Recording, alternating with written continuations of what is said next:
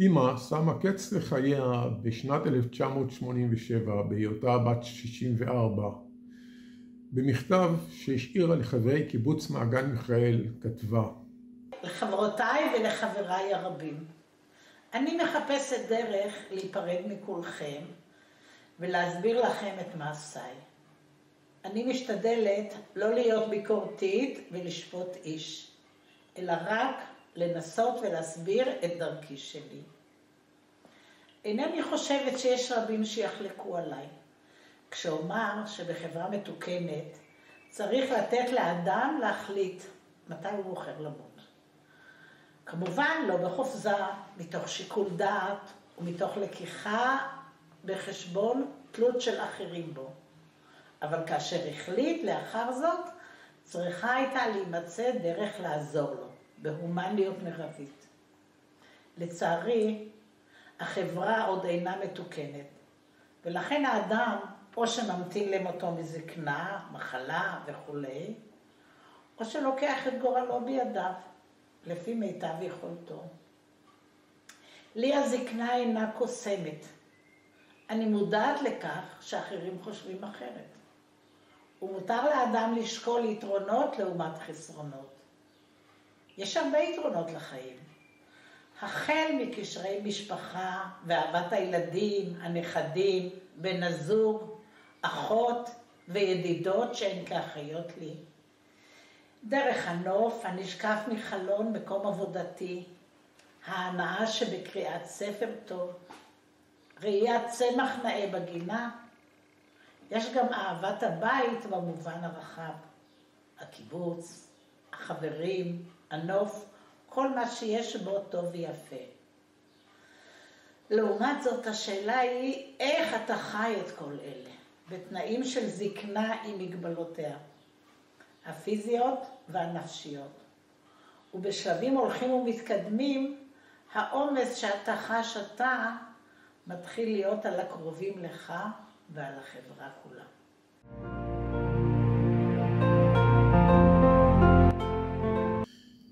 אמא נולדה בארצות הברית בעיירה קטנה בשם פטלומה, מצפון לסן פרנסיסקו, ב3 בנובמבר 1923. להוריה בתיה ולואיס מנוחין, ולאחותה תקווה הגדולה ממנה ב3 שנים.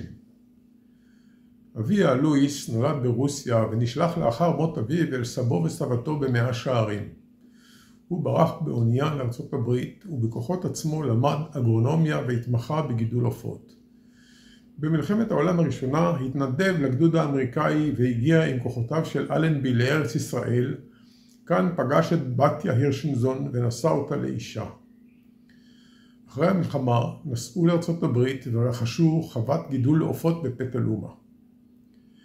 כאשר אמא הייתה בת 3 נפטר לואיס ממחלה, ובתיה המשיכה לשאת בעול המשק וגידול הבנות.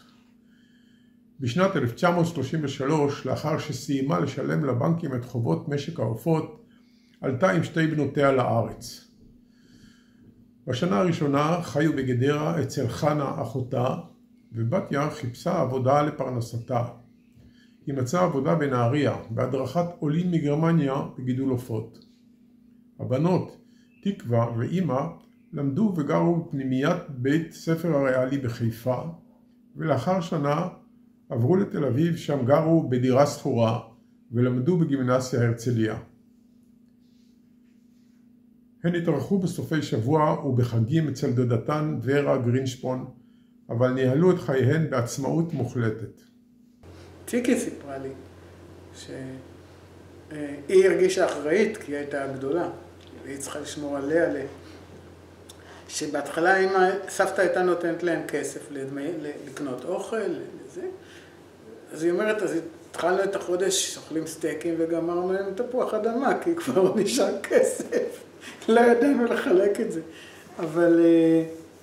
אבל הם היו עצמאיות לגמרי, הם מאוד זה. יום אחד היה שם בבית שלהם, בקומה מעל, איזה בעל שהיכה את אשתו, והאשתה ברחה במדרגות וצרחה שיצילו אותה.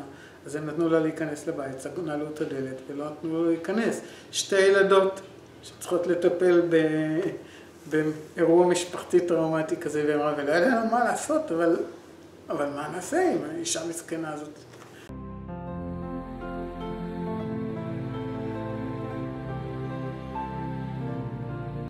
בהשפעת צופי גימנסיה יצאו אמא וחבריה לאחר סיום הלימודים להכשרה בקיבוץ דגניה.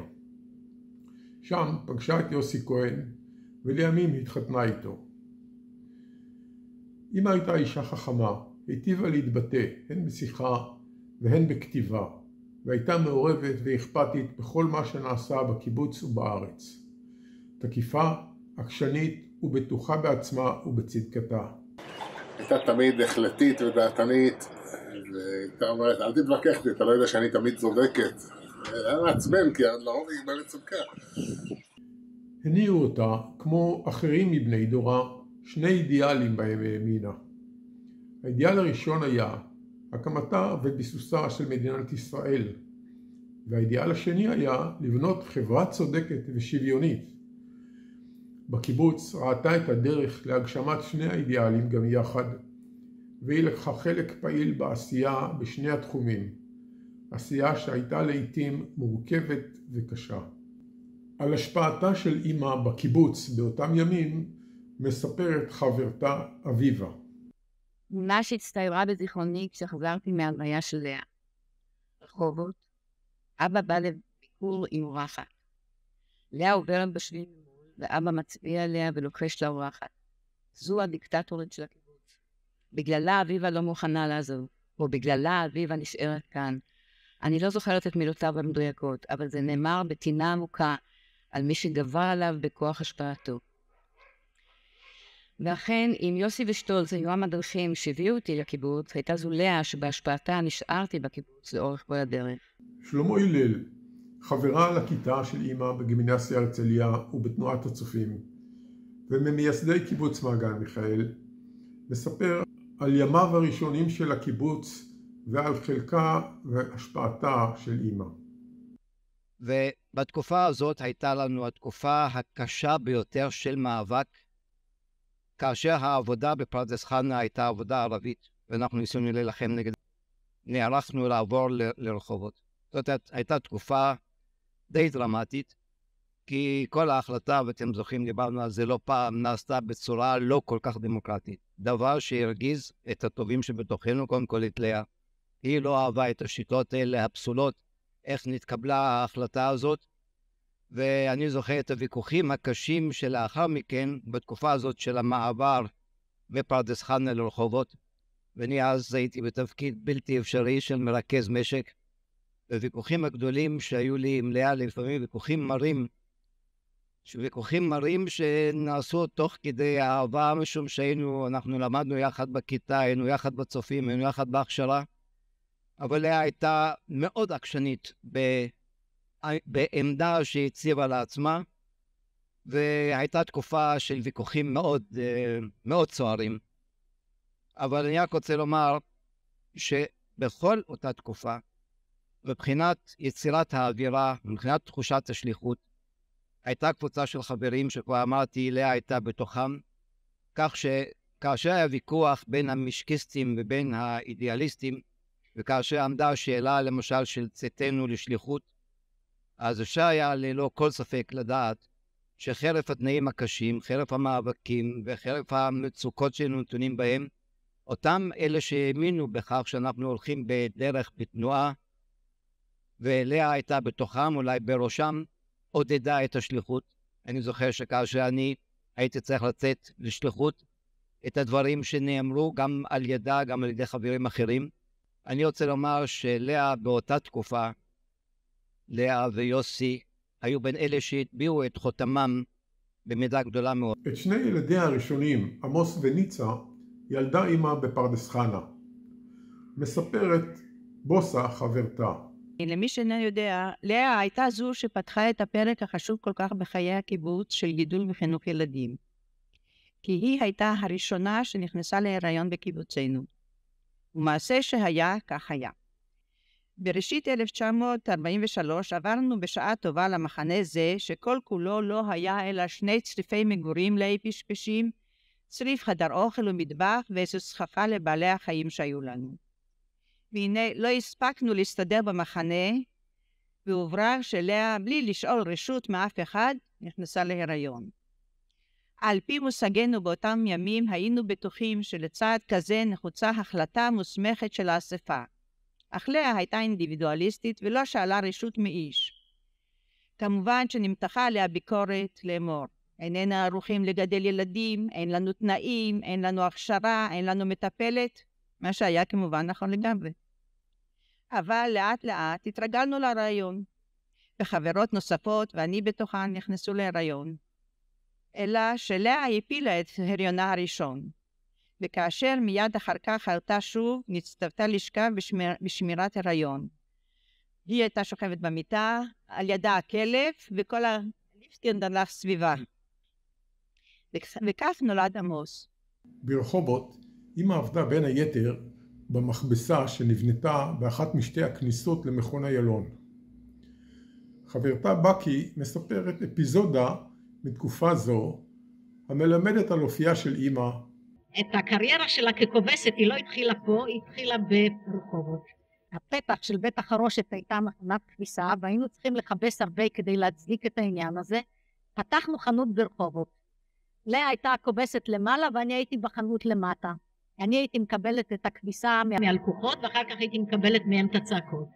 יום אחד בא טוב, אנחנו לא היינו קופסים כל כך מומחים. אז יום אחד בא הבן של בעל הבית, ששם הייתה החנות, והספר, בן הספר בא, הוא היה צריך ללכת לחתונה, ובימים ההם לא היו הרבה בגדים, היה לו זוג מכנסיים אחד ככה קצת יותר אינטליגנטי, והוא בא והוא שאל אם אנחנו יודעים לעשות ניקוי יבש. אני הולכת הביתה ושואלת את לאה, אנחנו יודעים לעשות ניקוי יבש? אז לאה אומרת, מה זאת אומרת? ממילא הם כולם רמאים, הם סתם מחפשים ואומרים שזה ניקוי יבש, גם אנחנו יכולים לעשות את זה. לקחה את המכנסיים, קיפסה אותם, והם יצאו כתמים אדומים וירוקים כמו איזה משהו קמופלז'. ואני באה עם זה לבן הספר, והם כמעט רצחו אותי. אני לא יודעת מה לעשות, אני אומרת, לאה, זה לא יכול להיות ככה, הוא לא יכול לקחת חתונה. לאה לא התבלבלה. אני חושבת שהיא הלכה ללוי, שהוא היה היחידי שהיה לו זוג מכנסיים כזה פרנג'י, מה שקראנו אז, לקחה ממנו את המכנסיים, נתנה לבן הספר, הכל בא על מקומו בשלום. אמא לקחה על עצמה משימות מיוחדות רבות, ביניהן ליווי יולדות, ליווי קיבוץ עין זיוון, עזרה לאנשים שונים. מספרת חברתה נעמי. אהבתי את לאה האדם החם, שידע לתת כתף בצער, ונפלא היה לצחוק עמו, לשמוע מפיה או להשמיע לה דברים מבדחים.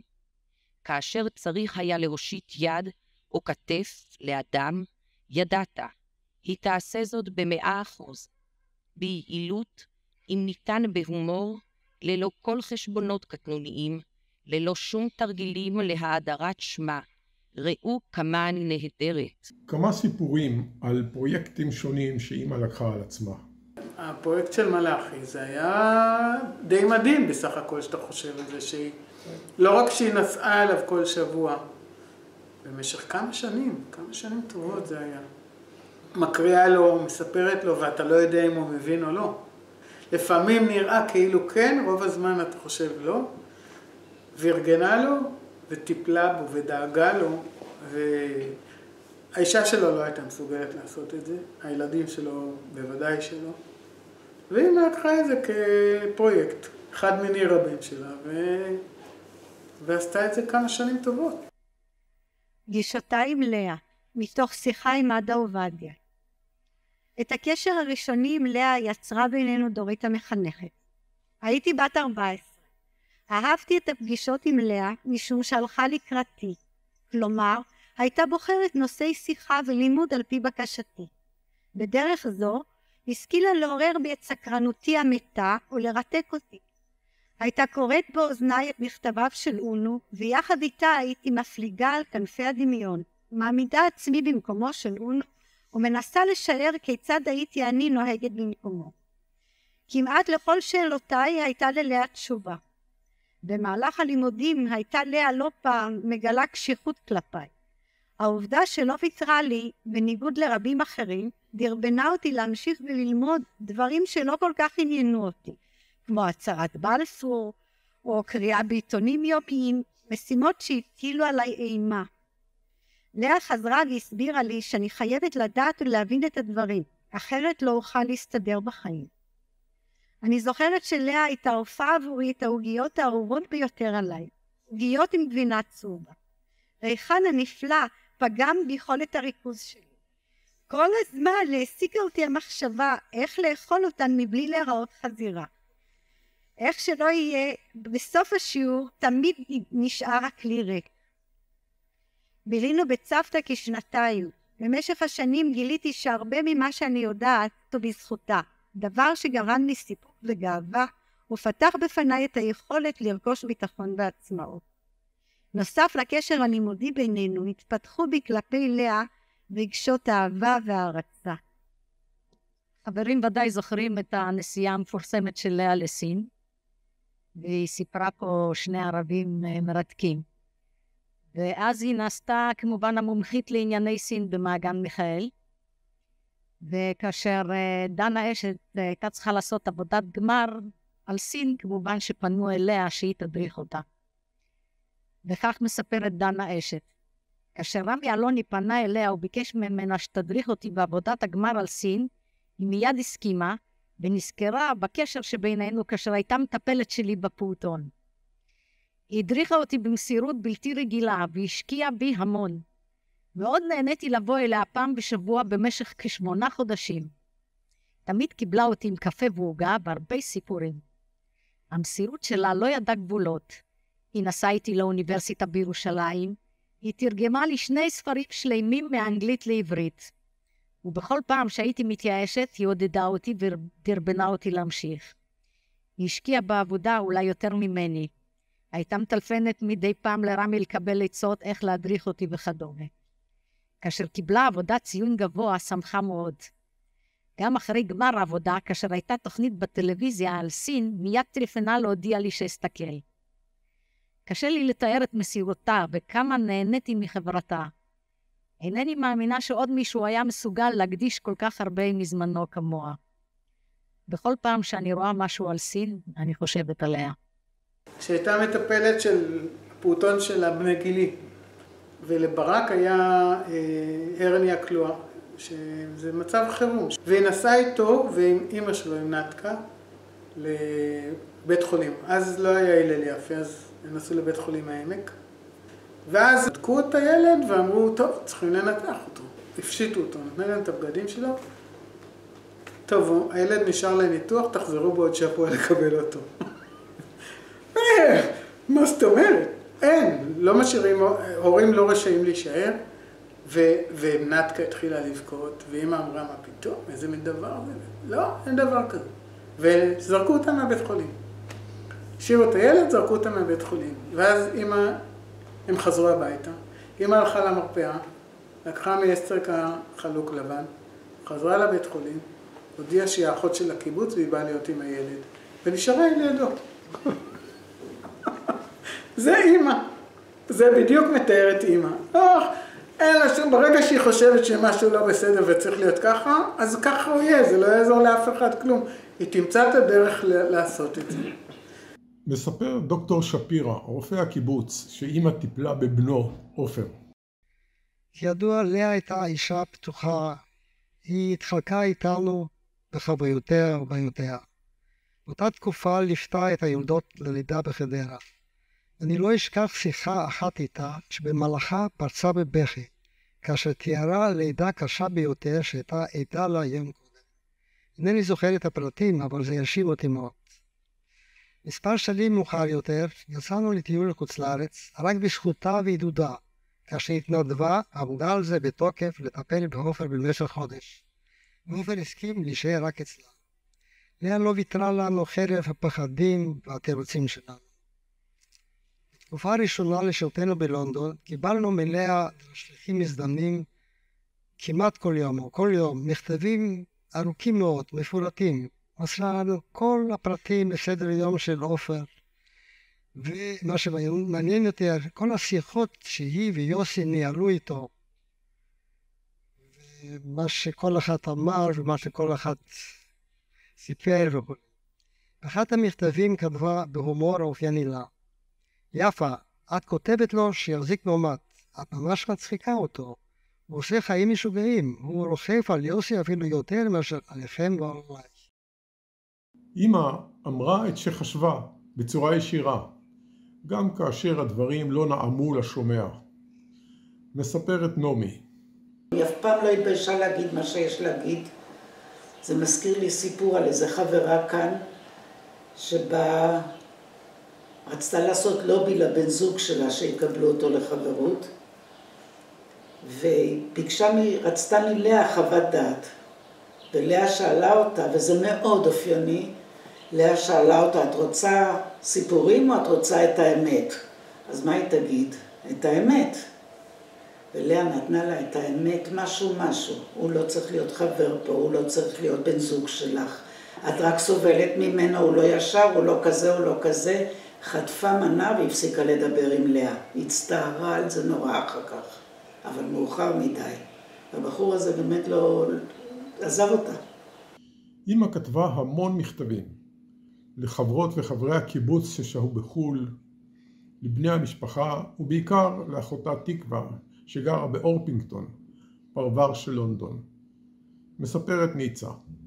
בהתחלה היה איגרת אוויר. האיגרת אוויר הייתה כתובה מצד אחד, אחר כך משני הצדדים, אחרי זה עוד תוספת מלמעלה ומלמטה ועל יד הכתובת. אחר כך עברו לנייר מכתבים דק תחלחל כזה, שהיו 7-8 דפים לפחות בכל מכתב, כך שאנחנו חיינו את החיים של טיקי וביל באופן מאוד אינטנסיבי, ואמא כמובן כתבה מכתבים נהדרים למשפחת היל באנגליה.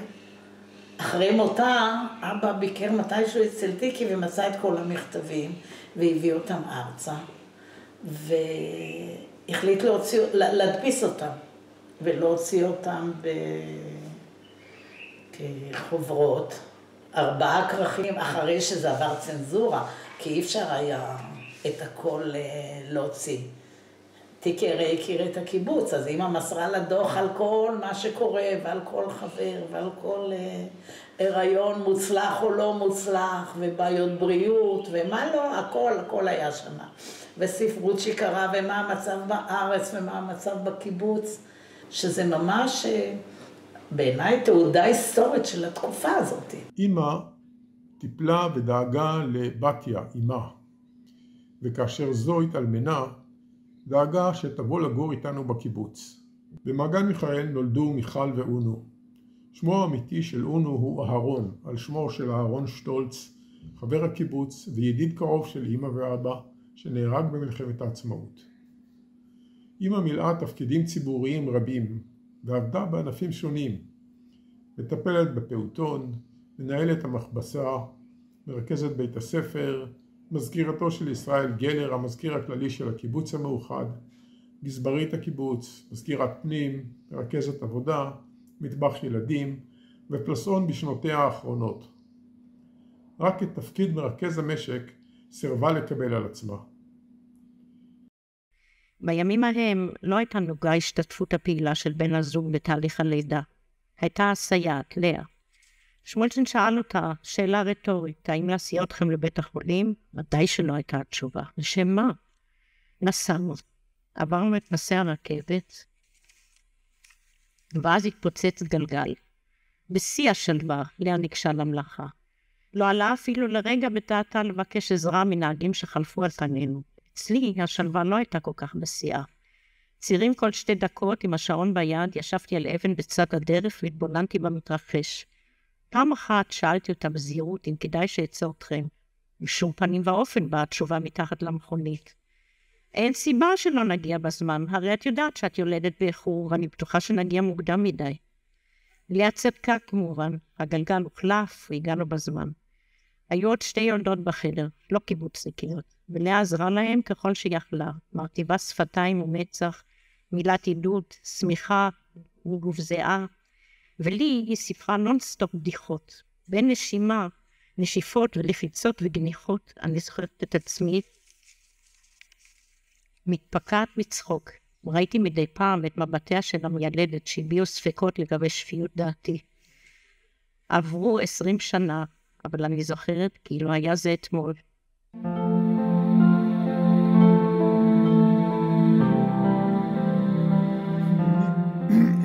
אמא הייתה פמיניסטית עוד לפני שידעו בארץ מה זה פמיניזם.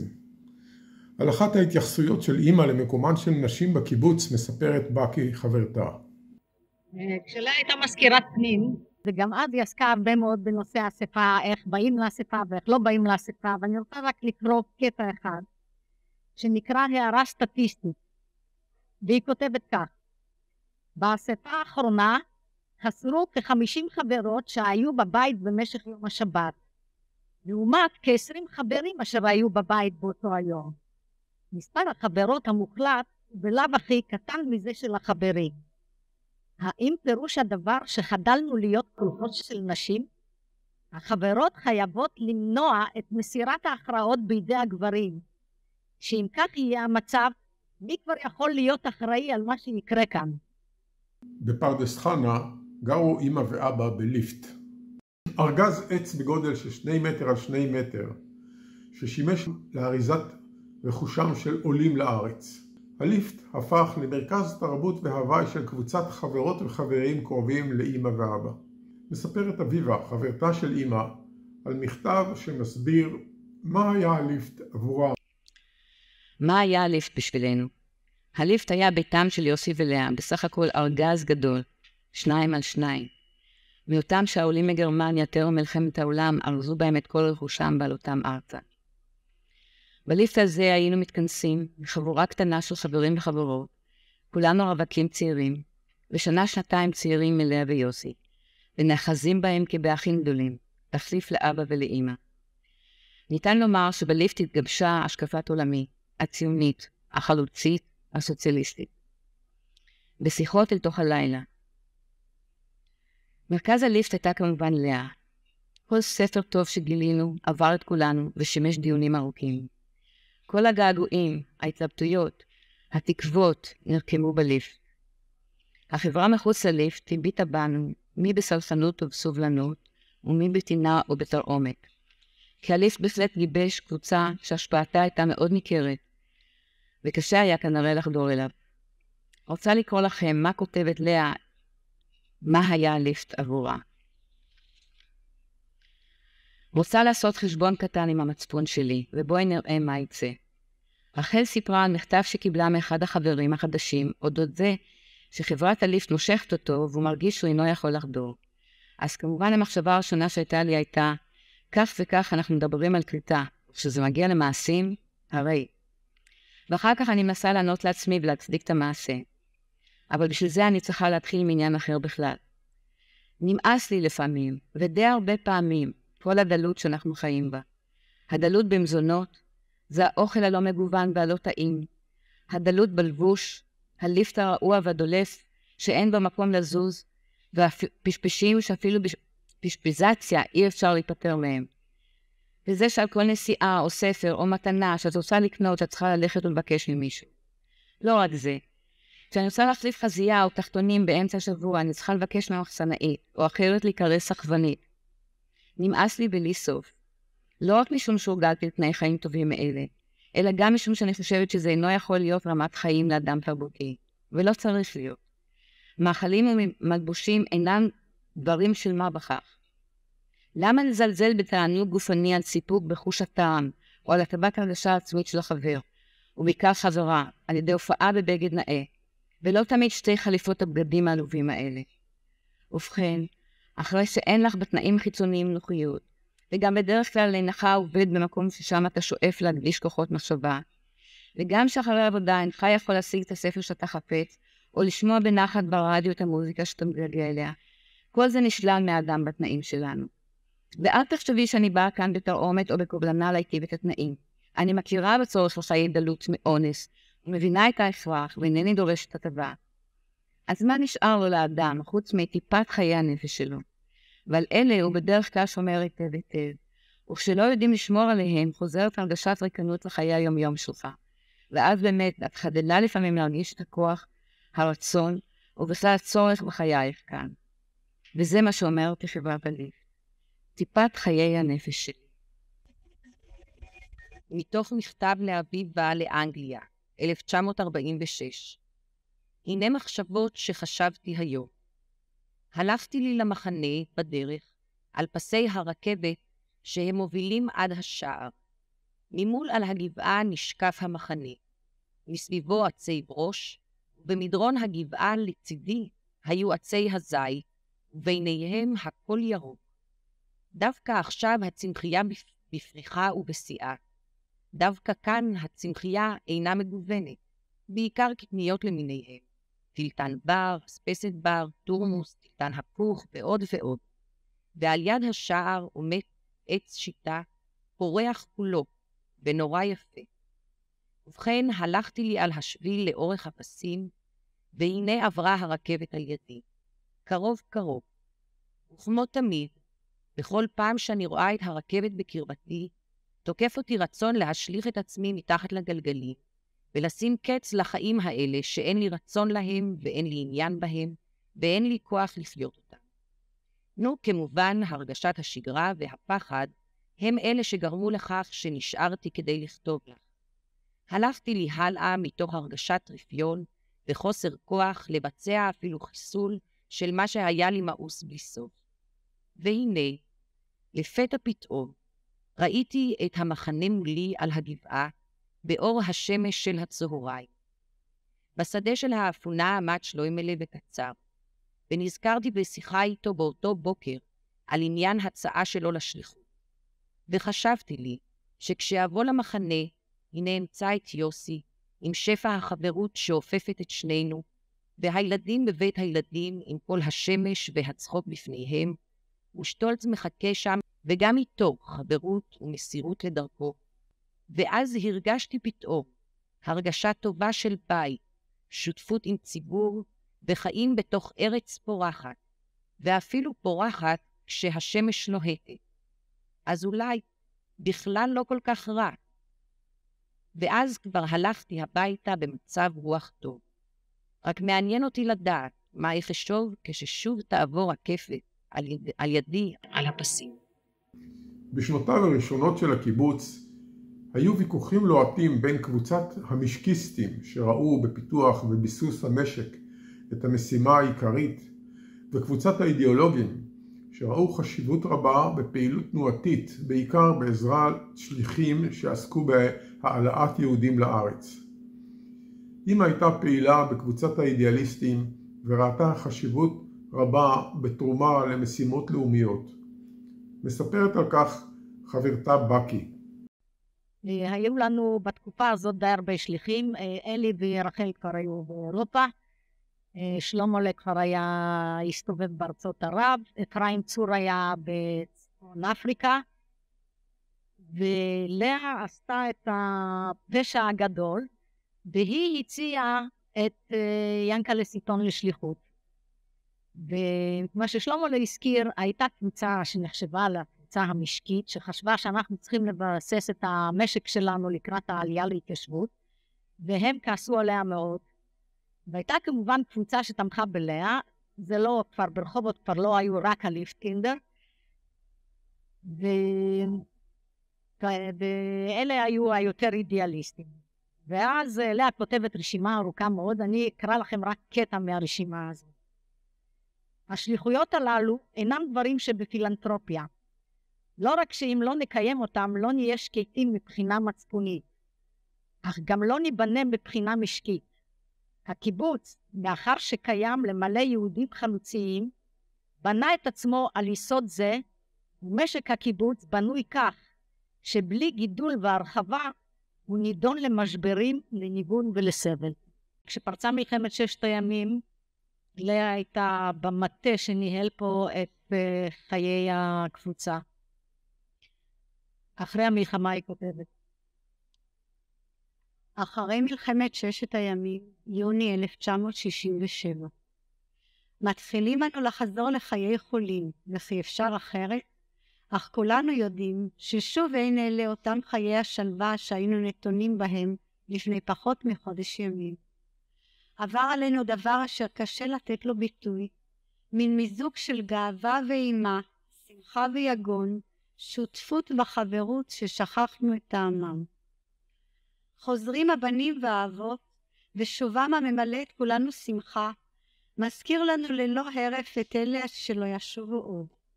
החיים ללא שייקה ויוני אינם יכולים לשוב ולהיות כמקודם. הן בשר מבשרנו, חלק מנוף חיינו ומטעם חיינו, וחלק משמחת החיים אבד לנו בנופלם. אין איש שחזר לאחר שראה מלחמה ומוות, ובא כפי שיצא. המוות הזה, האכזריות ואימת הקרב, שאין מנוס מהם, והם כורח חיינו, הטביעו חותמם על מי שנתנסה בכך. גם אלה שחזרו רוויי שנאה, יודעים שהדבר המציל אותנו, הוא שדמות אדם לנו, ולא נרד לדרגת חיה כדי להשתוות לאויבינו. החברות, הילדים, ההורים שחיכו בבית בדריכות ובציפייה, יודעים ששוב אינו תופס קנה המידה הקודם שבו היינו מודדים מרקם של דברים בחיים. אותן קטנות שהיו חשובות בינינו לפני חודש ימים, כבר הפכו לדברים חסרי ערך לחלוטין. העיקר, החיים, והחיים כבני חורים.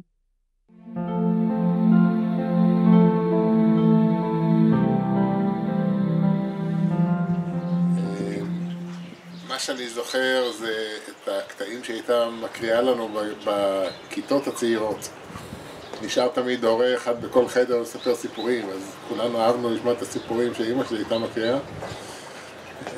זה היה תום סויר והקלברי פין, דרכה הכרנו את מרק טוויין, את דיימון רניאן. זהו, זה היה ככה בילוי שקט כזה, מקריאים סיפור, כל החדר שקט, כולם מקשיבים לסיפור, ויכוחים גדולים, אני לא זוכר שהיו לנו, היה לנו קצת ויכוחים ככה, אי הסכמות על כל מיני. אני זוכר שחזרתי מהמזרח, והיה לנו ויכוח בנושא זנות למשל. אני אמרתי, מה את רוצה? זה בסדר גמור, עסקה בין בגירים, עסקה מרצון בין בגירים, מה רע בזה? לא, זה היום, זה משפיל את האישה וזה. היה פעם כששאלתי את אמא שלי, אני לא יודע איך ככה ויתרתם בקלות על כל קטע של ההורות. היא הסבירה לי, נתנה לי דוגמה, מישהו מהכיתה עם משפחה מאוד חלשה. היא אמרה, אם כל אחד יגדל עם המשפחה, אז הוא אין לו שום סיכוי, אין לו שום עתיד. אני מוכנה לוותר על זה שהילדים יגדלו איתי, בשביל שכל הילדים יגדלו תחת גופים חינוכיים טובים ורציניים. אני עבדתי במזרח כמה שנים בצלילה, והיינו מתכתבים המון. משום מה, אמא החליטה שאני לא מרשה לכתוב יותר אני לא יודע, 10 עמודים. היא הייתה כותבת רק 10 עמודים, אבל בכתב צפוף, בכל שאפשר לקרוא. ואז היא החליטה שהיא נוסעת לסין, לטיול בסין. ואני לא יכולתי להצטרף, כי אני הייתי עם דרכון ישראלי והיא הייתה עם דרכון אמריקאי. אז אני חיכיתי לה בהונג קונג, וכשהיא חזרה מסין, עשינו טיול יחד, דרך תאילנד, בורמה, עוד איזה שבועיים אני חושב, 2-3. אמא בשלב הזה כבר הייתה רבויה בכל מה שהיא ראתה בסין, קצת רק חיכתה שזה ייגמר, הסיוט הזה, אבל זה זכרו יותר חוויה מעניינת לטייל עם אמא. אני זוכר מכתב אחד שהיא כתבה כשעבדתי ברגים במזרח, כתבה לי על יום העצמאות ויום הזיכרון, היא אמרה שהיא לא מצליחה לעבור את זה, את המעבר הזה מיום הזיכרון ליום העצמאות, היא נשארת ביום הזיכרון גם ביום של למחרת. היא נתנה דוגמאות של כל מיני כאלה שנהרגו מהקיבוץ. אני זוכר שאמא הייתה מרכזת עבודה, זו תקופה שעוד לא היו טלפונים בבית, אז הייתי מגיע הביתה אחרי הצהריים, הייתה מחכה לי ערימה של פתקים, תלך תחלק פתקים לכל מי שצריך להגיד לו איפה הוא עובד מחר, או כל מיני דברים כאלה. בכיתה י' או י"א אני לא רציתי ללמוד כימיה, ואז היא התעצבנה עליי, צריכה ללמוד כימיה, אמרתי לה, לא רוצה ללמוד כימיה, זה לא מעניין אותי, מה זה. ואז כמו שהמליצה קיבלה את מכתב החלב, אז אני קיבלתי את מכתב הכימיה. כמה זה חשוב ללמוד כימיה, כי היה לנו פתרון טוב, אם לא רבנו עם אמא ואבא. עם אמא רבנו, עם אבא לא רבנו אף פעם. אבא היה מהאום. אז אמא הייתה דורשת מאיתנו משהו, לא רצינו, אז פשוט לא באנו הביתה. לא היה לה דרך להילחם בנו. היא הייתה מטפלת של פוטים, בני כיתה שלי, ברק, אייל, אמיר, היא הייתה המטפלת שלהם. היו שם 5 בנים, והיא והייתה לה עוזרת שלה, הייתה אלישבע צימרמן, שהייתה אז חיילת נחלאית כזאת. ואז הם היו מתקלחות בצהריים, כשהילדים ישנים, אז הם היו מתקלחות במקלחת, כי שם יש מקלחת. בבית הרי אין להם מקלחת. ואם הילדים היו מתעוררים לפני שהם גמרו להתקלח, אז הילדים היו מתיישבים על הספסל ומסתכלים איך המטפלת מתקלחת.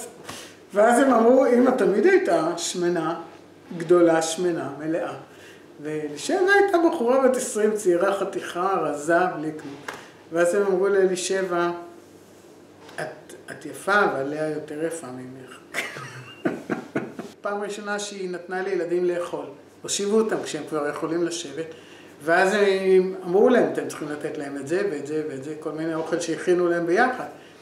ואז היא אומרת, אז היה דוקטור סגל, פרופסור סגל, המומחה, האלוהים של החינוך בקיבוצים, והוא אמר שהילדים צריכים לאכול כל מה שנותנים להם.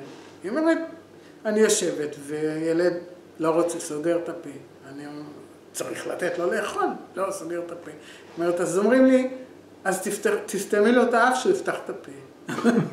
אז היא אומרת, אז אני סותמת לו את האף, הוא פותח את הפה, אני מכניסה לו כפית והוא מרסס אותי בכל מה שהוא קיבל. אמרתי, אחרי יומיים הבנתי שאני לא אקבל את ההדרכה מהמומחים של החינוך, ועשינו מה שידענו.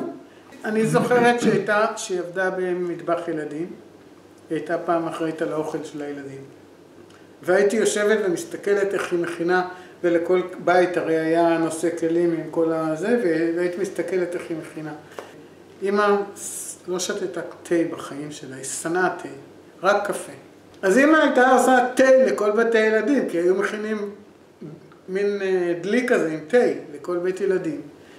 ואז היא הייתה מוסיפה סוכר, והיא לא יכלה לטעום. היא הייתה אומרת, בואי תטעמי בשבילי, אם זה מספיק סוכר. כי היא לא הייתה מוכנה לטעום את התה שהיא הכינה לבתי ילדים. יש מכתב נורא נוגע ללב, שהיא כותבת לי כשהודענו לה שיותם נולד בארצות הברית. שסוף סוף פתרנו את הבעיה ויש לנו תינוק והכל בסדר, והיא אמרה לי, כתבה לי אז מכתב נורא נרגש, שהיא כל כך היא לא ידעה איך לבטא את האושר, אז היא נסעה לחיפה והסתובבה ברחובות, בכתה משמחה, אבל כי היא לא יכלה להגיע אלינו. ואחר כך היא כמובן הייתה העוזרת הקבועה שלי בימי הגידול לילדים, כי פול היה בצבא. וזה, לא היה לו זמן, היו לי 3 ילדים בבת אחת קטנים. ואמא הייתה יד ימיני כל יום בלטפל בילדים האלה. אני זוכרת שהייתה נורא משמעותית לי בחיים שלי. היא לא הייתה רק קיימת ברקע, היא הייתה קיימת בכל מהות החיים שלי. אני זוכרת אותה מאוד דומיננטית ומאוד קיימת ומאוד נוכחת בכל החיים שלי כשהייתי יותר צעירה. היא הייתה המון בכיתה כשהיינו בבית ספר, ראתה מה אנחנו עושים, איך אנחנו עושים. שמעה, ידעה, הייתה בקשר קבוע עם כל האנשים. ואני הרצתי אותם. וצחוקים, אני זוכרת המון צחוקים. המון חוכמות ובדיחות וצחוקים שהיה בבית. עניין של רמת חיים ושל חומר ושל... לא היה באישיו, מה שהיה חשוב זה היה הרוח. המון ספרים, היא קראה ספרים, היא אהבה מוזיקה, היא התעניינה באלף ואחד דברים. תמיד היינו אומרים שאם היא לא הייתה בקיבוץ, אם היה צ'אנס, היא בטח הייתה הולכת ללמוד רפואה. אני זוכרת אותה נותנת לי המון תמיכה. בעצם הקיום שלה, בעצם הדוגמה שהציבה ממול העיניים של התנהגות של חברה, של אישה, של בת זוג, של... אפשר להגיד אפילו מנהיגה בקהילה. היא הייתה מאוד משפיענית בתוך החברה ונתנה לי המון חיזוק בזה. טוב, הגעתי לבית חולים, בדרך חשבתי מה זה, צירים, אני אעבור את זה, לא סוף העולם. אבל מתברר שזה היה רק הקדמה. אבל הלידה לא התקדמה. לא התקדמה. עבר הרבה זמן. ובאיזשהו שלב, כנראה שהייתה כבר מצוקה של העובר, והחליטו שצריך לנתח.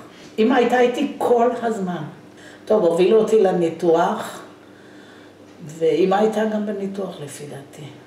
הורידו לי את המסכה, הראו לי את יובל, הוא היה גדול ויפה כזה, אדום, לא סגול כמו תינוק שנלחץ. כשחזרתי הביתה, אז אראלה סיפרה לי שאמא חזרה מהלידה ובכתה, היא אומרת שזה היה בשבילה קושי נוראי. להיות בלידה ולראות את הניתוח. זיכרונות שלי מאמא. בנעוריי, הספורט הימי של דייג היה מאוד מקובל בקיבוץ. ואני רציתי מתנה ליום הולדת רובה תת-מימי לתפוס דגים. אמא התנגדה, והייתה לנו שיחה ארוכה. היא הסבירה לי שלתפוס דגים בשביל ספורט, בשביל כיף, זה דבר מאוד מאוד לא מוסרי. אני אמרתי לה שהקיבוץ מגדל דגים אלפים, עשרות אלפים בבריכות דגים, וצד דגים בים לשלוש ספינות דייג שהיו לנו מאותו זמן, ומה שאני אעשה זה שום דבר לעומת זה. היא לא השתכנעה ואמרה לי שיש הבדל בין לגדל ולהרוג דגים לצורך מחיה ופרנסה, ובין לעשות את זה כספורט להנאה. אבל בסוף קנתה לי רובה. אמא התעניינה בכל מה שקורה אצלי בבית הספר. היא הייתה בקשר עם המורות והמטפלות, וידעה על כל פדיחה ופשלה שהייתי עושה, ואז הייתה קוראת לי לשיחת הטפת מוסר, מסבירה לי מה בדיוק עשיתי לא בסדר. עד היום אני שואל את עצמי מדי פעם לגבי משהו שעשיתי, מה הייתה חושבת על זה אמא שלי. פעם התקלקל השעון המעורר של אמא, והיא החליטה לנסות לתקן אותו לבד. הייתי בחדר כשזה קרה. היא פתחה את השעון המעורר, ואז כל החלקים מבפנים עפו החוצה מאיזה קפיץ שהיה שם בפנים, והתפזרו על כל החדר. היא אספה את כל החלקים בתוך 3 קופסאות שהיו בערך כל אחת בגודל של השעון. ואחרי כמה ימים נסעה עם זה לחיפה לשען לתקן את זה חזרה. לא היה נעים לה לספר שהיא עשתה את זה, שהיא פרקה את השעון, אז היא אמרה לשען שחברה שלה פרקה את השעון ומבקשת שהוא ירכיב אותו חזרה. השען שאל אותה מה עושה החברה שלך, אז היא אמרה לו היא מטפלת בילדים, זה מה שאמא עשתה באותו זמן. אז הוא אמר לה אני מקווה שבילדים היא מטפלת יותר טוב. אמא הייתה שמנה, אבל ככל שאני זוכר הדבר לא הטריד אותה. כל פעם שהנושא היה עולה, היא הייתה אומרת, אז מה אם אני שמנה? אז יש ממני יותר. בנעוריה אמא לא הייתה ספורטאית, אבל נהגה לספר בגאווה איך זכתה במקום שני בתחרות הדיפת כדור ברזל. בתחרות הייתה רק משתתפת אחת, והיא התנדבה להשתתף בתחרות כדי שהיא תוכל להתחרות בכלל. וכך זכתה במקום שני. בתקופה בה אמא הייתה גזברית הקיבוץ, הייתי בן 15, חולה הגה לא קטן, וביקשתי ממנה שתלמד אותי לנהוג על הפז'ו. היא הסכימה, ומדי פעם היינו נוסעים בשדות הקיבוץ. התנאי שלה היה שכשנחזור אני אנקה את האוטו כי הוא היה מתלכלך מאוד מאבק. בשנות ה-50 הצטרפה לקיבוץ קבוצת יהודים שעלו מפרס, ולא היה מקום לשכן אותם. אז בנו כמה אוהלים, אבל לא רצו שהם יגורו באוהלים וירגישו את עצמם מקופחים, ואז מספר חברי קיבוץ, ביניהם ההורים שלי, עברו לגור באוהל כזה. ואני זוכר חורף של אוהל שגרנו באוהל, זאת אומרת אנחנו לא גרנו שם, רק היינו מבקרים שם את ההורים. אבל כל אחרי הצהריים ערב היינו עושים סיבוב למתוח את כל החבלים של האוהל.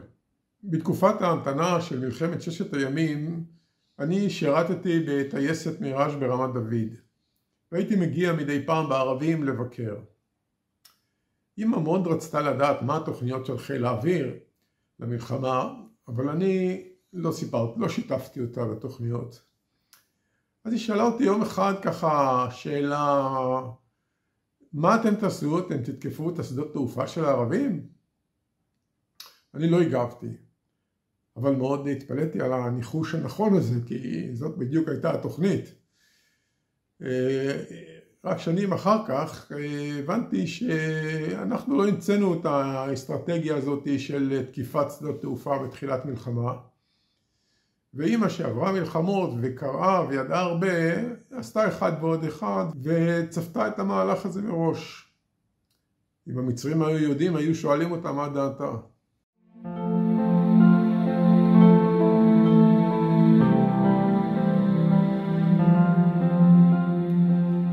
אנו, בני המשפחה, לא הופתענו מהתאבדותה של אמא.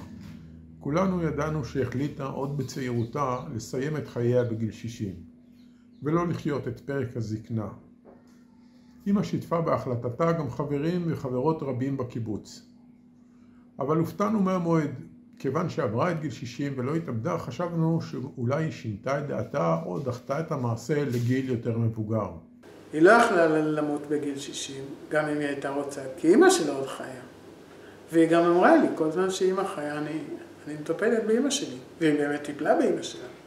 לא כמו שהיום שמים אותם בבית אבות. היא טיפלה באמא שלה, היא כל ערב ישבה אצלה ושיחקה איתה. אפילו לשבת כל יום אצל אמא ולשמוע אותה ולשחק איתה טאץ' ולשבת, פשוט להיות אצלה כל יום. לא הרבה אתה רואה בנים שעושים ככה מסירות כזאת להורים שלהם. לפני שהיא עשתה את זה, היא דיברה על זה הרבה זמן. שנים אני מניחה שדיברנו על זה. והיא תמיד צחקה על זה, וזה לא, היום בדיעבד אני יודעת שזה לא ממש היה צחוק אמיתי, אבל היו שיחות מצחיקות. אחר כך יותר מאוחר היא שמעה שבאנגליה יש חוברות הדרכה של איך להתאבד בהצלחה, או בלי סבל, או אני לא זוכרת מה הייתה הכותרת של זה, קראו לזה אקסיט. אז היא ביקשה מטיקי שתשלח לה חוברת כזאת, וטיקי שלחה. ואני לתומי חשבתי אז כל הזמן שהכל בסדר, הכל בסדר, לא צריך לדאוג. וטעיתי, בגדול. כי לאה לא הייתה מרשה לעצמה בחיים להסתלק אם לא הכל בסדר. היא השאירה שני מכתבים, אחד כאילו לקיבוץ ואחד למשפחה, מכתבי פרידה כאלה. ושם היא כתבה בפירוש והיא צדקה, ואני לא יודעת למה אני לא חשבתי על זה באותה תקופה, שכולם בסדר, כולם בריאים, היא מפחדת שמישהו יחלה ואז היא לא תוכל להרשות לעצמה ללכת, אז היא עלה עכשיו. פגשתי אותה בארוחת צהריים באותו יום בחדר אוכל, לא עלה בדעתי כלום. לא כעסתי על אמא, אבל שנים רבות אחר כך, כאשר הרהרתי במעשיה, הרגשתי תחושת אשמה מלווה בעלבון. אשמה כי שאלתי את עצמי האם לא הקדשתי לה מספיק תשומת לב כדי שתמצא עניין בחיים. עלבון כי ההחלטה להיפרד מהחיים היא בראש ובראשונה החלטה להיפרד מבני המשפחה, הקרובים, ויש בה אמירה, אינני רוצה יותר את חברתכם.